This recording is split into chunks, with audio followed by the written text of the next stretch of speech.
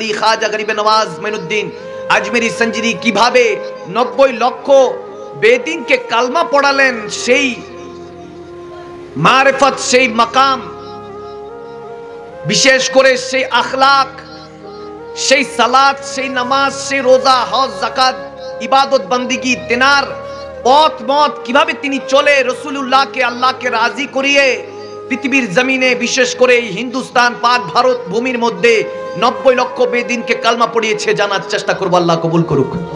আল্লাহ তাবারক ওয়া তাআলা কোরআনে পাক ইরশাদ করেছেন, নিশ্চয়ই আমি আল্লাহর বন্ধু যারা হয়ে যায় তাদের কোনো ভয় নেই, ইহকালে ভয় নেই, পরকালে ভয় নেই, অতীত বর্তমান ভবিষ্যৎ তেনাদেরকে সহজ করে দেই আমি আল্লাহ।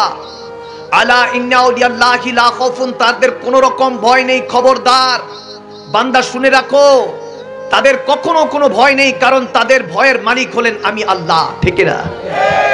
আল্লাহকে ভয় করে, কোন দুনিয়ার নেতা খেতাকে ভয় করে না, বিধায় তিনি আজকে 700 বছর কেটে গেল, কত মানুষ আসলো, কত মানুষ চলে গেল, কত সূর্য উঠলো, কত সূর্য ডুবে গেল, কত চাঁদ উঠলো, সব কত চাঁদের ঈদ পালন করা হলো।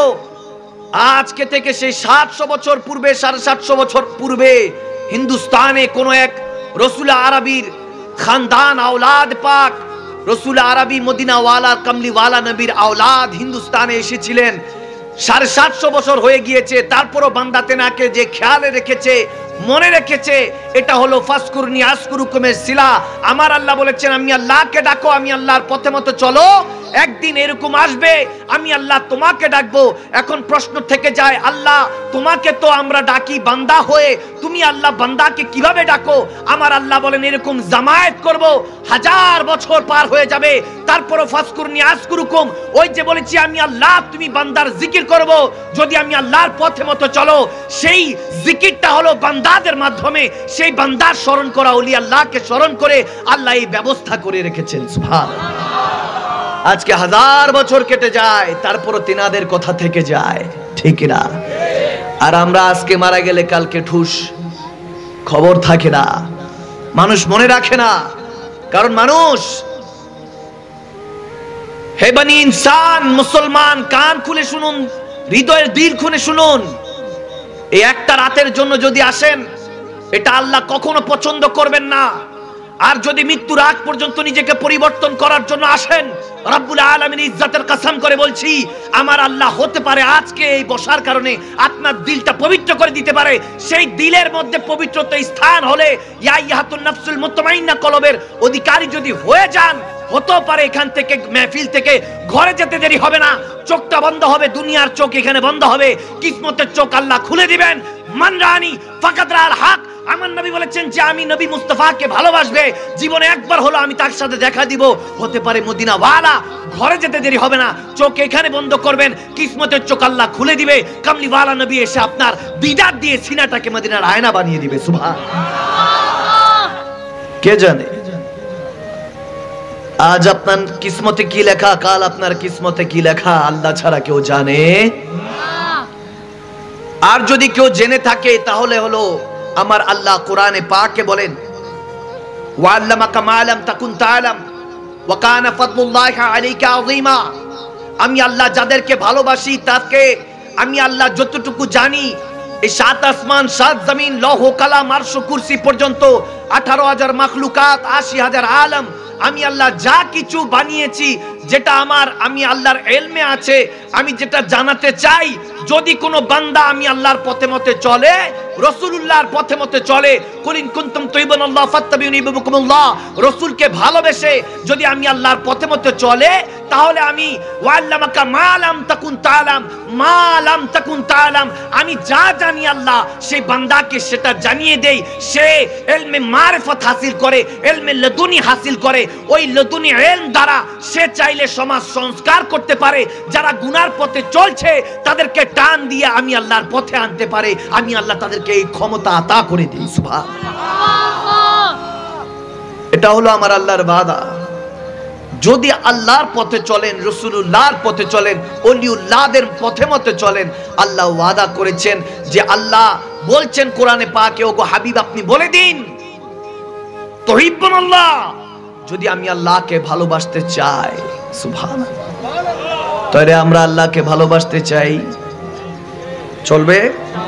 কে কে চলবে হাত তুলেন। এবার আস্তে ধীরে তুলছে যে হুজুরের যদি একটা 19-20 হয় তাহলে তো দ্বিতীয় নাম্বারটাও শেষ।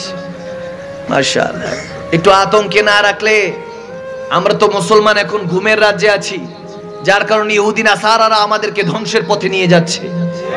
আওয়াজ কম হয়েছে, জোরে বলতে হবে, ঠিক কিনা বলো?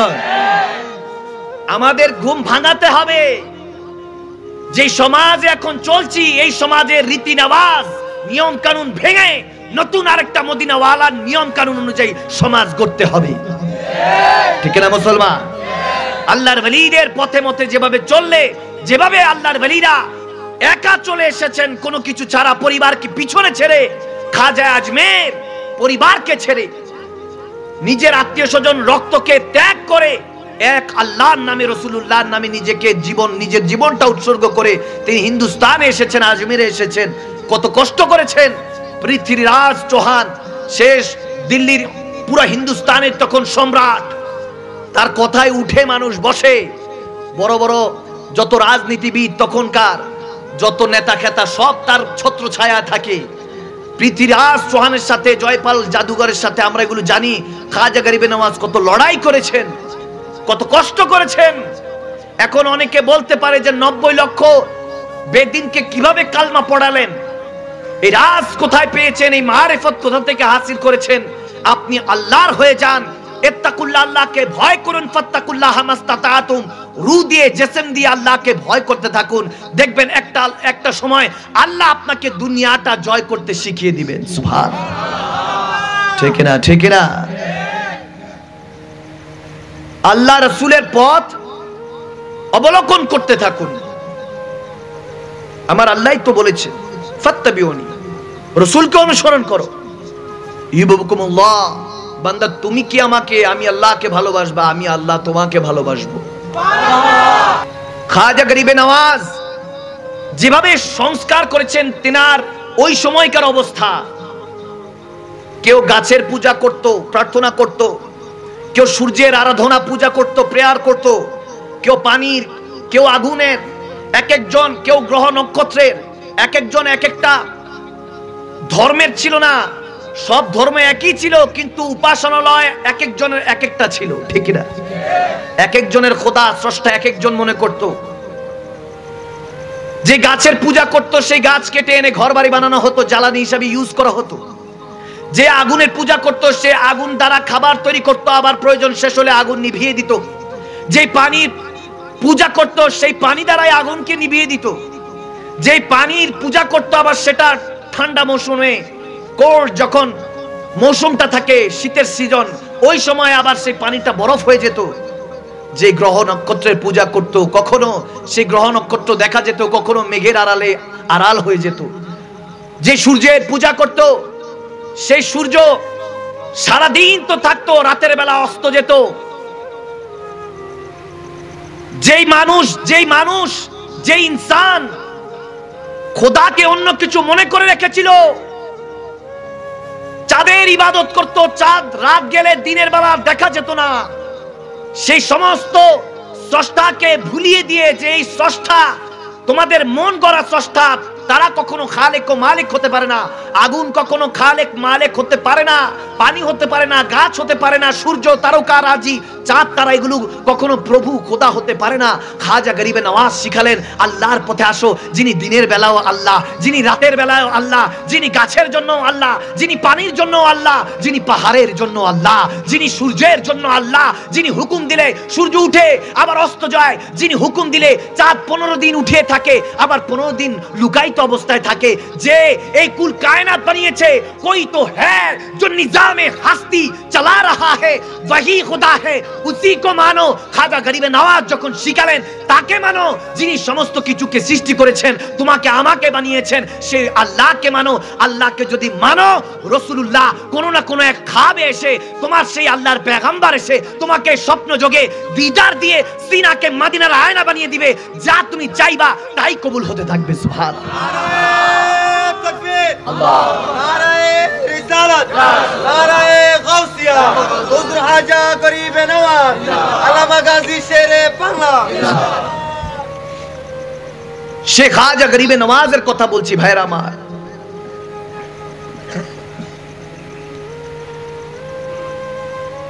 আমার দুঃখ সহতে জানাতে হচ্ছে,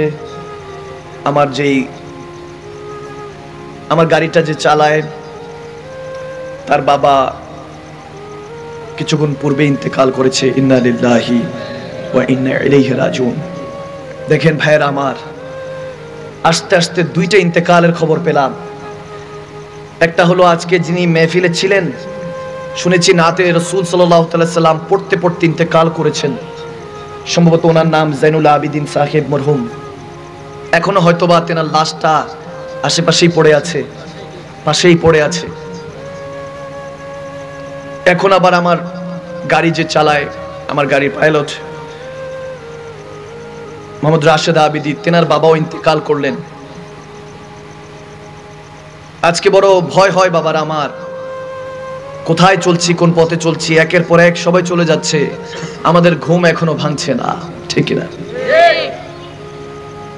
কোথায় চলছি, কার পথে চলছি? একদিন চলে যেতেই হবে এই দুনিয়া ছেড়ে, ক্ষণস্থায়ী দুনিয়া ছেড়ে। আমরা কেউই থাকবো না। চিরস্থায়ী জান্নাত কিংবা জাহান্নাম আপনার আমার জন্য অপেক্ষা করছে, ঠিক না?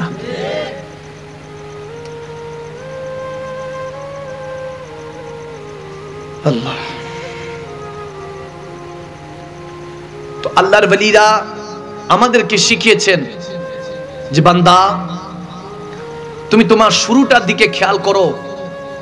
তুমি দুনিয়াতে যখন এসেছিলে তুমি কেঁদেছিলে, সবাই হেসেছিল। তুমি খেয়াল করো, তোমার কানের মধ্যে আজান দেওয়া হয়েছিল, যে আজানের প্রতি উত্তর জবাবটা তোমার কখনো দেওয়া হয়নি, যে আজানের নামাজটা তোমার কখনো পড়া হয় নাই, ঠিক না? তারপরে এই মারা জিন্দেগি, হুব্বুদ দুনিয়া, রব্বানা আতিনা ফিদ দুনিয়া, এই দুনিয়াদারির মধ্যে তুমি ডুবে থাকো। এখানে হাসানা, এই দুনিয়াকে সুন্দর করার কথা ছিল, ওয়াফিল আখিরাতে হাসানা, এরপর আখিরাতটা আল্লাহ সুন্দর করে দিত তোমার জন্য। আল্লাহ জান্নাতের আজরান আজিমা, জান্নাতের ব্যবস্থা রেখেছিলেন। ইন্নাল্লাযীনা ইউবায়ুনাকা ইন্নামা ইউবায়ুনাল্লাহ। আমার রাসূল আরবি হাতে হাত রেখে বায়াতে রাসূল গ্রহণ করে ওলি আল্লাহদের দেখানো পথে চলে আল্লাহকে পাওয়ার একটা রাস্তা আল্লাহ দিয়েছিলেন, কিন্তু আমরা সেই সমস্ত রাস্তা ভুলে গিয়েছি। শুরুটা খেয়াল করেন বান্দা। আজ আপনার ঘুম পাচ্ছে, কোন একটা দিন এরকম হয়ে যেতে পারে, আজ কিংবা কালকে, টুডে কিংবা টুমরো, যে কোনো একটা দিন হয়ে যেতে পারে চিরস্থায়ী ঘুম আপনার চলে আসবে। এই দুনিয়াতে ফিরার আর তওবা করার কোনো সুযোগ থাকবে কখনোই থাকবে না। আপনি চাইলেও পরিবর্তন হতে পারবেন না ভাইয়েরা আমার, বাবারা আমার, মা বোনেরা, প্রত্যেককে বলছি শুরুর দিকে খেয়াল করেন। আপনি যখন ছোট ছিলেন, আপনার কানে আজান দেওয়া হয়েছে, মুসলমান হয়েছেন, আজানের উত্তরও নেওয়া হয়নি, নামাজটাও পড়া হয়নি। শেষ দেখেন কুল্লু নাফসিন যায়কাতুল মাউত, যখন মৃত্যুটা আপনার সামনে থাকবে, আজরাইল আলাইহিস সালাম আপনার সামনে আসবে, আপনার জান যখন নিয়ে যাবে আপনি লাশ হয়ে যাবেন। এতদিন ছিলেন আল্লাহর বান্দা, আজকে আর আপনার নাম ধরে আর কেউ ডাকবে না, সবাই বলবে লাশ হয়ে গিয়েছে, লাশটার থেকে গন্ধ বেরোতে পারে, তাকে তাড়াতাড়ি কবরের মধ্যে নিয়ে যাও। যে আপনদের জন্য এত ব্যাংক ব্যালেন্স করেছেন, টাকা পয়সা করেছেন, এত কিছু করেছেন, সে আপনরা তাড়াতাড়ি আপনাকে দাফন করে দিবে, ঠিক না মুসলমান? আপন বলবে ঘর থেকে বের হয়ে যান, সবাইকে বলবে লাশ বের করো, গন্ধ বেরোচ্ছে, চা পাতার ব্যবস্থা করবে, কত কিছু। আবার মৃত্যুটা সুন্দর হতে পারে, যেমন আজকে রজনীতে ইন্তেকাল যারা করেছেন তেনাদের কথা স্মরণ হচ্ছে, যিনি আজকে হয়তোবা মেহফিলে ছিলেন, রোজা অবস্থায় ইন্তেকাল করেছেন, এগুলো হলো জান্নাতি মৃত্যু, ঠিক না? যারা এই রজনীতে ইন্তেকাল করেছেন, যেমন আমার ড্রাইভারের আব্বা ইন্তেকাল করেছেন এই রজনীতে, মেরাজ রজনী সময় শেষ লগ্নে, এরকম অবস্থায় ইন্তেকাল করেছেন, নিশ্চিত এনারাও জান্নাতি, ঠিক না? এটার কথা গ্যারান্টি ওয়ারেন্টি আমার আল্লাহ বলেছেন। দিন যদি তোমার পক্ষে থাকে, আল্লাহ রসুল আরবি যদি তোমার পক্ষে থাকে, মৃত্যুটা দুলহা দুলহানের মতো হয়, নামাতুল উরুস, কবরে যেতে দেরি হবে না, আল্লাহ কবরটাকে বাসরাত্রির মতো সাজিয়ে দিবেন। সুবহানাল্লাহ। আমার রাসূল আরবি বলেছেন হাদিসে বুখারীতে, হাযা হাদিসুন সহিহ। শেষ দেখেন আমার আল্লাহ বলতেছে, বান্দা বান্দা আমার মারা গিয়েছে, সারা জীবন কত সুন্দর সাবান দিয়ে বডি ওয়াশ দিয়ে শাওয়ার করেছে, গোসল করেছে, আজকে এমনি এমনি গোসল করাও না, আজকেও সুন্দর করে তাকে গোসল করাও, তাকে 3 টুকরো কাপড় পরাও, কত সুন্দর জামা পরতো আমার বান্দা। আমার আল্লাহ আপনার আমার জন্য কি রেখেছে ভাইরা, আমার মা বোনেরা, প্রত্যেকে দিলের কান দিয়ে মনের কান দিয়ে একটু শ্রবণ করার চেষ্টা করুন। 3টা কাপড় ছাড়া আর কিছুই নিতে পারবেন না। দুনিয়াতে এসেছেন কাপড়বিহীন, তারপর আল্লাহ ব্যবস্থা রেখেছে যে 3টা কাপড় দিয়ে তারপর পাঠাও। সুবহানাল্লাহ। এসেছিলেন খালি হাতে, তারপরও 3টা ব্যবস্থা দিয়ে যাচ্ছে। এটা হলো জাহিরি অবস্থা, আর বাতিনি অবস্থায় আপনার হলো আমল নামাটা, ভালো নেক কর্মটা আপনার সাথে সাথেই যাবে, ঠিক না? ঈমানটা যাবে, আমলটা যাবে, এছাড়া আর কিছুই যাবে না। জাহিরি ভাবে 3টা কাপড় যাবে। আমার আল্লাহ বলেন, বান্দা এত সুন্দর করে শাওয়ার নিত, গোসল করতো, আমার বান্দাকে আস্তে আস্তে গোসল করাও যাতে ব্যথা না পায়। কারণ আমার রাসূল আরবি বলেছেন, একটা লাশের উপর দিয়ে যদি পিঁপড়া হেঁটে যায় মনে হবে কয়েক টন পাথর তার উপর রাখা হয়েছে। নাউজুবিল্লাহ, এত কষ্ট। আমার আল্লাহ বলতেছেন রাসূল আরবির মাধ্যমে হাদিসে কুদসির মধ্যে, যে মৃত্যুটা এমন ভয়ানক, 7 আসমান 7 জমিন যেভাবে একটা লয় হয়, ঠাস করে আওয়াজ যেভাবে হবে কিয়ামতের পূর্ব মুহূর্তে, ওরকম ডাবল পজিশন করলে যে কষ্ট, যে বান্দার যে কষ্ট, ওটা হলো মৃত্যুর কষ্ট। নাউজুবিল্লাহ, এত ভয়ানক কষ্ট, মৃত্যুর কষ্ট। আবার কেউ কেউ আছে দেখি যে মৃত্যুর সময় মুচকি হাসি দিয়ে আছে, ঠিক না? ঠিক না? ঠিক না? মওত চলে আসবে, খবর হবে না যদি মদিনা ওয়ালা এসে সমস্ত পর্দা উঠিয়ে উম্মতের সাথে দেখা করে। সুবহানাল্লাহ। আমার আল্লাহ বলতেছেন, বান্দাকে গোসল করিয়েছো, 3টা কাপড় পরাও সুন্দর করে, ব্যথা যাতে না পায়। এবার আতর ছিটাও, গোলাপের পানি ছিটাও। সুবহানাল্লাহ বলেন, সুবহানাল্লাহ বলেন। বান্দা আমার কত পারফিউম ইউজ করেছে, আতর ইউজ করেছে দুনিয়াতে থাকতে, এখনো দাও সুন্দর করে খুশবু মাখো যাতে মশা মাছি না লাগে, ঠিক না? খুশবু আসলে মশা মাছি গুলি আসে না। দেখেন আপনার পরিণতি, দেখেন শেষ, দেখেন আপনি একজন প্যাসেঞ্জার, আপনার জন্য যে গাড়িটা আনা হবে ড্রাইভার 4 জন, ঠিক না? 4 জন ড্রাইভার আপনাকে কাঁধে করে জানাজার মাঠে নিয়ে যাবে। আমার আল্লাহ এখানেও সুব্যবস্থা, বান্দা বদল বদল করে নাও যাতে উম্মত কষ্ট না পায়, বান্দা কষ্ট না পায়, লাশের খাটিয়ার মধ্যে। সুবহানাল্লাহ। আস্তে আস্তে নিয়ে যাও, জানাজার মাঠে রাখা হবে, আপনার আমাকে এত সুন্দর করে রাখা হবে। কেমন রাখা হবে যদি একটু খেয়াল করেন, কি পজিশনে আল্লাহ রাখছেন। যেই ইমাম সাহেবের পিছনে আপনি প্রতিদিন ইক্তেদা করতেন, ইক্তেদায়ে তু বিহাযাল ইমাম যে করতেন, যে ইমামের পিছনে নামাজ পড়েছেন, যে মুসল্লির সাথে কাঁধে কাঁধ লাগিয়ে সমস্ত নামাজগুলি, ফজর, যোহর, আসর, মাগরিব, এশা, কিংবা আপনি মনে করেন ঈদের জামাতটাও যাদের সাথে কাঁধে কাঁধ মিলিয়ে মুসল্লিদের সাথে যে নামাজ পড়েছেন, আজকে সেই মুসল্লির সামনে, ইমাম সাহেবের সামনে আপনার লাশটা রাখা হবে। সুবহানাল্লাহ বলে। বান্দাকে সম্মান দাও। আজকে ইমাম সাহেবের থেকে বান্দা আমার দাবি, কারণ বান্দা সমস্ত কিছুকে ছেড়ে আমি আল্লাহর কাছে আসতেছি। সুবহানাল্লাহ।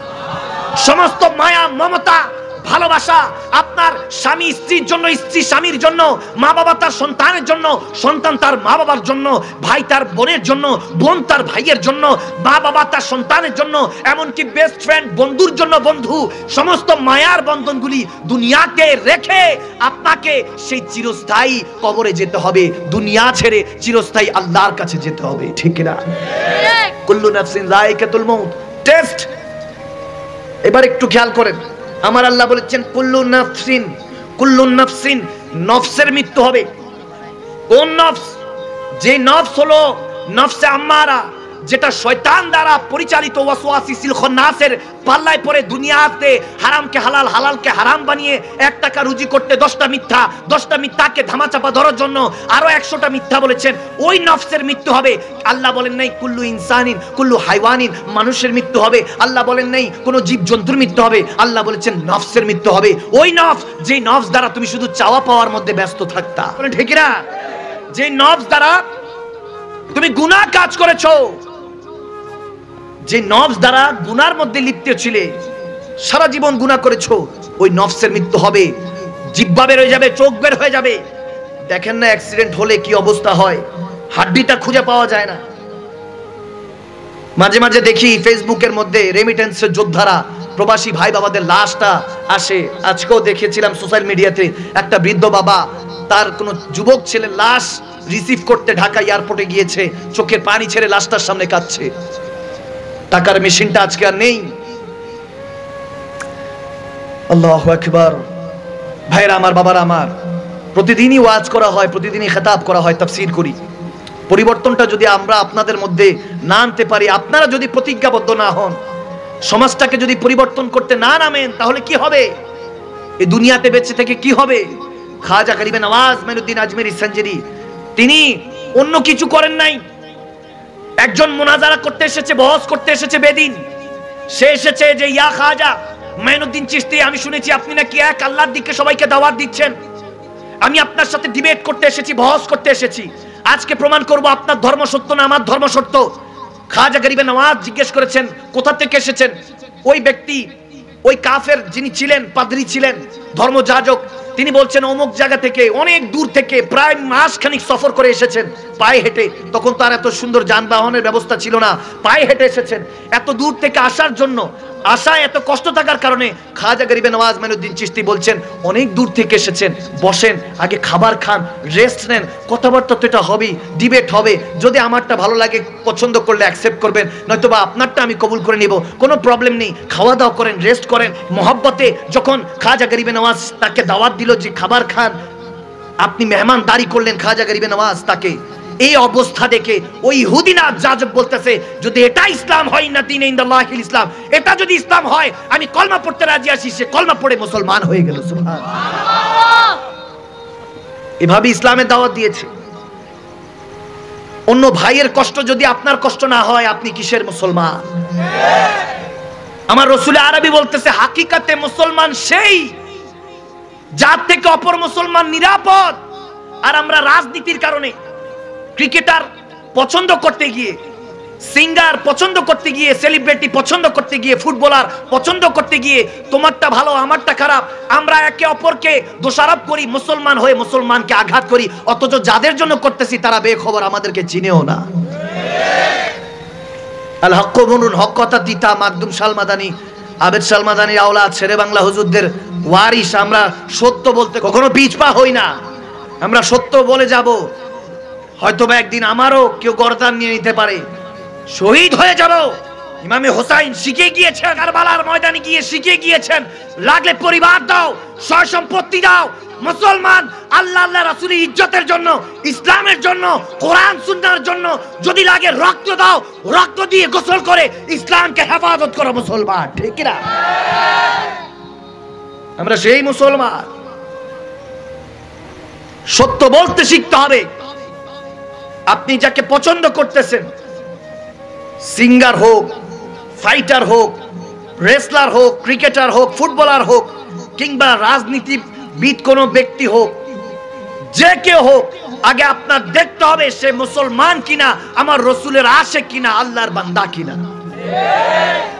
তাহলে তেনাকে ভালোবেসে কিছু ফায়দা হবে।